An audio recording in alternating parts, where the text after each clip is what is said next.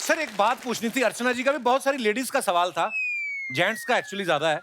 वो बोलते हैं कि आप पे इतनी लड़कियां मरती हैं तो ज्यादा आपकी इंग्लिश से इंप्रेस होती हैं कि आपकी फिजिक पे। मैं भी सोच रहा हूँ कि फिर उसी हिसाब से काम करूं कि मैं अपनी भाषा पे काम करूं या कोई काम करने की जरूरत नहीं कपिल, क्योंकि जो भी मेरे साथ हुआ आज ज्यादा लड़कियां आप पे मरती है कि मुझ पे।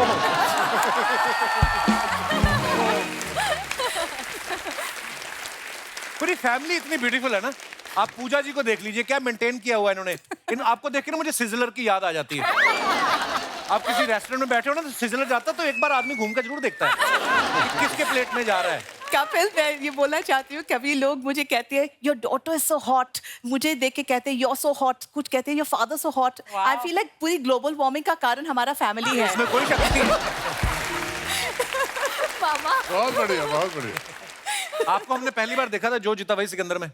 आमिर खान साहब ने इन्हीं को देख के पहली बार बोला था ओ तेरी। उसके पूजा का एक शो आता था जस्ट पूजा, जिसमें ये बहुत सारे सेलिब्रिटीज का इंटरव्यू लेती थी।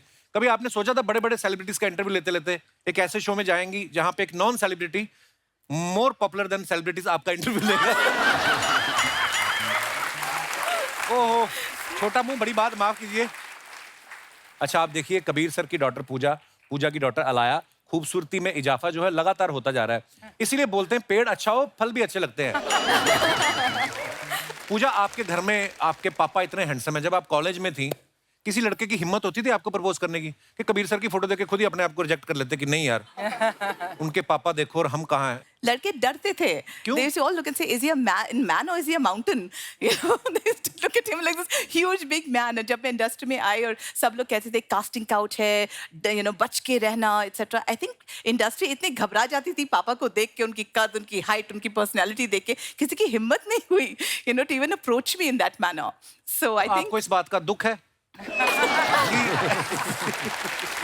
बहुत दुख होगा। I think I've done well for myself. मेरे मंगेतर बैठे हैं वहाँ पर आज, Manik contractor. hello, welcome. And it's been a wonderful journey. It's been a wonderful life. अच्छा, इनकी सारी फैमिली जो है इनमें एक बड़ा अच्छा रिलेशनशिप है, एक दूसरे के साथ दोस्तों की तरह रहते हैं। तो आप अपने बॉयफ्रेंड के बारे में कभी आप अपने पापा को बताती थी कि खुद ही अपनी गर्लफ्रेंड में बहुत बिजी थे? मतलब आप sharing is caring, Kapil, sharing is caring. वो यू नो अपनी जिंदगी हमारे साथ शेयर करते थे, मैं तो अपनी जिंदगी हमेशा पापा के साथ भी शेयर करती। So it's a very open family and and पापा के वैल्यू सिस्टम्स जो है, पापा और मम्मी के दोनों के जो वैल्यू सिस्टम्स है वो ये है कि अगर कोई हमारी जिंदगी में आए हैं और एक हिस्सा बन चुके हैं ऑफ आवर फैमिली और our life in some manner, we don't disrespect them when they leave. We keep the friendships, we keep that equation. तो जैसे कि अलाया के पापा जो है अभी तक मेरे वेरी गुड फ्रेंड है and we meet all the time, we have dinners. His current wife Laila जो है वो भी हमारे करीब है। तो for us our family gets bigger, which is very interesting, you know. Kapil ji, कभी कभी ऐसी समस्याएं हो जाती हैं, सिचुएशंस हो जाते हैं, लोग बदलते हैं, सिचुएशन बदलते हैं और ये सफर पूरा नहीं हो सकता। सोचने वाली बात है कि उसके बाद अगर पार्टिंग जरूरी है और हमेशा पेनफुल होता है, उसके बाद क्या? अगर उसके बाद एक फ्रेंडशिप का रिश्ता रखा जा सके तो सबसे बेहतर एक्चुअली। और मैं गर्व से कह सकता हूं कि मैं अपनी सारी एक्सरसाइज के साथ फ्रेंड रहा हूं सेपरेशन के बाद भी। Yes. Very nice. अलाया, अब आप इतनी अच्छी अच्छी फिल्में कर रही हैं, आप अपनी मम्मी से एडवाइस लेती हैं फिल्में करने से पहले? नहीं, मैं actually when it comes to films या करियर, मैं सिर्फ अपने टीम से एडवाइस लेती हूँ एक्चुअली। अच्छा। डिस्कशंस इसलिए होते वो हैं घर सफल है। नहीं, what are you saying? I mean it. नहीं। I always laugh. Sorry to interrupt, darling. I always laugh and say कि talent skipped a generation. You know, पापा बहुत talented है, internationally famous है। अलाया का काम तो सब देख चुके हैं। She's a phenomenal actress. अलग-अलग films, अलग-अलग characters को निभाया है। She's amazing. Somehow it skipped one generation, came down. So she had to take tips from this generation.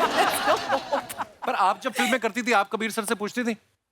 नहीं, पूजा उस वक्त मेरे साथ अमेरिका में रह रही थी, अच्छा। हाई स्कूल कर रही थी और इसका मन बना कि मुझे बॉम्बे वापस जाना है। अच्छा जी। उस वक्त एक फिल्म मेकर थे जगमोहन मुंद्रा, जिन्होंने इसे एक फिल्म ऑफर की। अच्छा जी। तो मैंने कहा पूजा ये फिल्म मत करो, अगर एंट्री करनी है इंडस्ट्री में प्रिपेयर करके पूरी तैयारी करके एक अच्छा बैनर लेके एंट्री करो। इसने कहा नहीं, मैं करूंगी। जिद्दी हमेशा थी। But there's a reason for उसकी that. वजह थी कि ये इंडिया वापस जाना चाहती थी इस फिल्म के बहाने।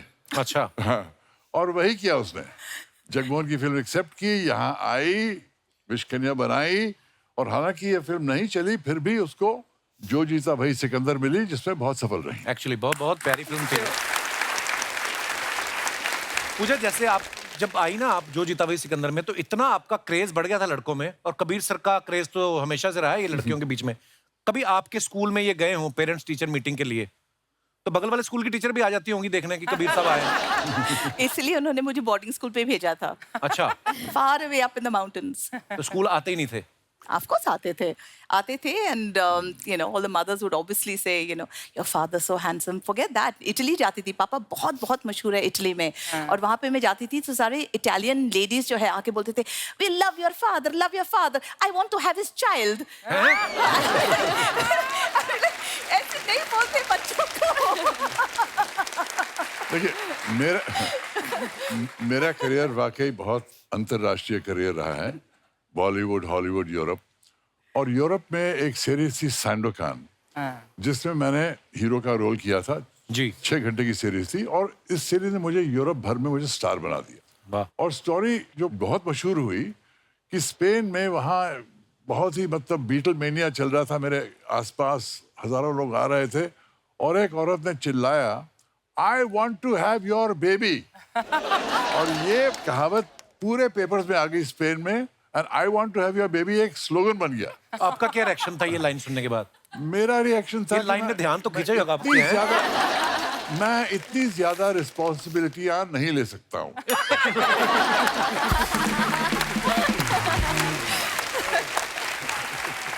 कबीर सर, ऐसा होता ना कि कोई बड़ा हैंडसम लड़का है 18-20 साल का, तो मोहल्ले वाले आसपास वाले बड़ा बोलते ना कि तुझे तो हीरो बनना चाहिए, तो आपको बोलते थे आपके आसपास वाले कि आपके मन में शुरू से था कि मुझे एक्टर बनना है?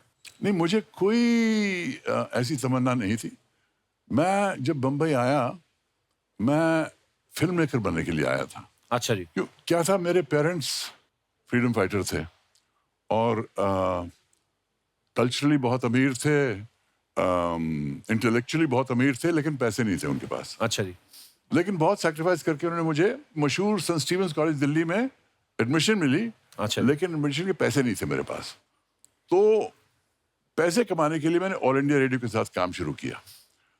ऑल इंडिया रेडियो के साथ काम शुरू किया, और फिर वहाँ कई किस्से हुए। मैंने बीटल्स का इंटरव्यू किया, वो सब किया। सर, वो बड़ा मजेदार किस्सा था। बीटल्स ग्रुप जब इंडिया आया, वो किसी को इंटरव्यू नहीं दे रहे थे इंडिया में, अपना शेड्यूल खत्म करके निकलना था उनको, और इन्होंने जाके उनके मैनेजर को बोला कि देखिए, मैं ऑल इंडिया रेडियो की तरफ से हूँ, गवर्नमेंट अनाउंस कर चुकी है आपकी इंटरव्यू मेरे साथ। सर, इस उम्र में इतनी आपने जो साजिश रची उस समय, वो बड़ा कमाल का किस्सा था। सर, मैं चाहूंगा कि आप प्लीज हमारे दर्शकों को बताएं। मैं बीटल्स का सबसे बड़ा फैन था, तो जब मैंने सुना कि बीटल्स दिल्ली आए हैं, मैंने ठान ली कि मैं जाके उनका इंटरव्यू करूंगा, किसी तरह उनका मिल कराऊंगा। दिल्ली में ठहरे हुए थे, लॉबी में सारे जर्नलिस्ट ढूंढ रहे थे बीटल्स को। मुझे पता था कि मुझे मैनेजर को कैच करना है। 2 घंटे बाद मुझे मैनेजर दिख गया, और मैंने उसको कहा कि देखिए, मैं गवर्नमेंट ऑफ इंडिया से हूँ, और सरकार ने अनाउंस कर दिया है कि रात 10 बजे बीटल्स का इंटरव्यू होगा। उनका nonsense, the boys will not give any interview to anybody. मैं कहा, no sir, I am a big Beatles fan, अगर ये नहीं करेंगे सरकार के साथ बहुत बड़ी प्रॉब्लम हो जाएगी। उसके पहले उनके साथ कुछ हुआ भी था ना, सब फिलीपींस में जो शो करके आए थे। वो क्या था, फिलीपींस में उन्होंने एक शो किया था।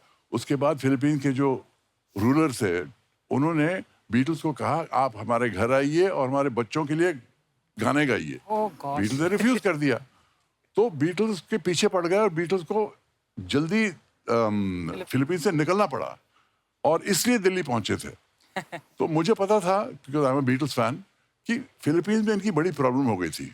इसलिए मैं गवर्नमेंट कहता रहा, क्योंकि मैं जानता था कि यही पॉइंट है उनकी वीकनेस। और इवेंचुअली जब मैं ब्रायन एप्स्टाइन को मिलने गया, वो पता नहीं उसकी हालत, तबीयत खराब थी, क्या था, उसने कहा, I can't do this, come with me. दरवाजा खटखटाया, पॉल मैकार्टनी दरवाजा खोला, Good God. और उसने कहा, boys do me a favour, give this chap an interview. and I was in with the Beatles. Wow. In the hotel room. All for the Beatles. The biggest musicians on the planet. Symbols of the 1960s. That was another Udaipur moment for me. वाह I felt I had died and gone to heaven. वहाँ तो क्या हुआ, ये interview ले लिया, broadcast भी हुआ. एक हफ्ते बाद मैं जब गया ऑल इंडिया रेडियो के पास कि कॉपी देना इंटरव्यू की, उन्होंने मिली नहीं. इंक्वायरी लॉन्च की, पता चला उन्होंने किसी और का इंटरव्यू मेरे इंटरव्यू के ऊपर रिकॉर्ड कर दिया था. Oh my God. और ये मतलब मुझे इतना सदमा पहुंचा कि मैंने कहा मैं इन लोगों के साथ काम नहीं कर सकता हूँ. और 700 रुपए जो मेरे पास थे, ट्रेन पकड़ी और बम्बई आया to become a film maker. तो एक्टिंग का मैंने सोचा भी नहीं था.